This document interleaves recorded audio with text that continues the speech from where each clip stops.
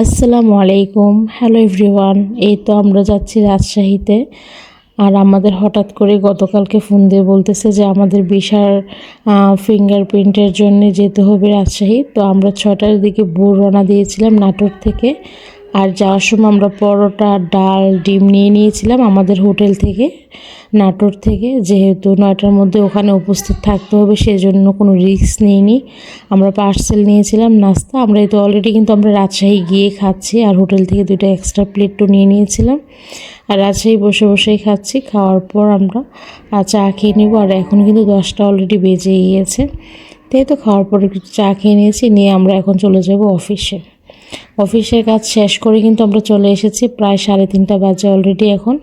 তা আমরা ফুচকা মামা দেখে বললাম যে ফুচকা খাবো। আর এটা ছিল রাজশাহী এক কলেজের ফুচকা। আর ফুচকাটা খেতে কিন্তু দারুণ ছিল, ছোট ছোট ফুচকা, মানে ঢাকার মতো ছোট ছোট ফুচকা দেখলাম এখানে। আমাদের নাটোরে কিন্তু এই ছোটো ফুচকাটা পাওয়া যায় না, আর খুবই মজাদার ছিল। আর এই তো আইসক্রিম খেয়েছিলাম, তারপর সাথে ভাজা পোড়া আছে, সবাই মিলে ভাজা পোড়া খাচ্ছি। আর বাসার জন্য নিয়ে নিয়েছি, এই যে বাসার জন্য এগুলো নিয়েছি। পান নিয়েছি, মিষ্টি পান। আর রাজশাহী আসলে তো অবশ্যই মিষ্টি পান নিতে হবে। মিষ্টি পানটা অনেক পছন্দ করে বাসার সবাই, বাচ্চারা, আমারও খুব পছন্দ, আমিও খাই মিষ্টি পানটা। তো এই তো আমরা কিন্তু গল্প আড্ডা করতে করতে বাসায় চলেই যাচ্ছি। ভাজা পোড়া সবাই খাচ্ছে দেখেন। আর এই যে একটা কেক নেওয়া হয়েছিল, কেকটা সবাই মিলে এখন খাবো। আর কেকটা খেতে কিন্তু দারুণ ছিল।